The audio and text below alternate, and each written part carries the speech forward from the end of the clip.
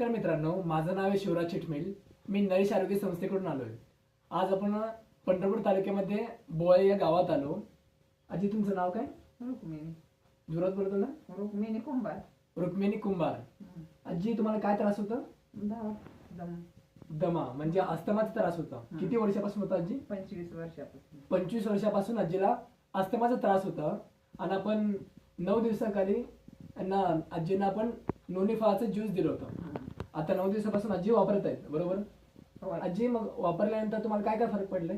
काय दम नाही, गोळी नाही मला वडायची. दम नाही आणि गोळी वडली नाही. ओढली नाही. हा 25 वर्षापासून आजी कंटिन्यू गोळी ओढत होते. आता मागचे 9 दिवस झाले एकदा पण आजी गोळी ओढलेले नाही. अजून आजी अजून काय काय फरक पडले? आता थोडं ठीकठाक वाटतंय? चांगलं वाटतंय? चांगलं वाटतंय. बरं. आता गोळी तुम्ही 9 दिवसापासून ओढली नाही, नाही वडली. मग चांगलं वाटतंय का कसं वाटतंय? चांगलं वाटतं. भारी वाटतंय काय? ओढायला पाहिजे बरं. नाही ना. बर. मग तुम्हाला काय वाटतं आजी? मग जे दुसऱ्यांना आजार आहे ना असा, मग त्यांना आपण हे ज्यूस त्यांनी वापरायला पाहिजे नाही वापरायला पाहिजे? वापरायला पाहिजे. 100% वापरायला पाहिजे. ओके, धन्यवाद.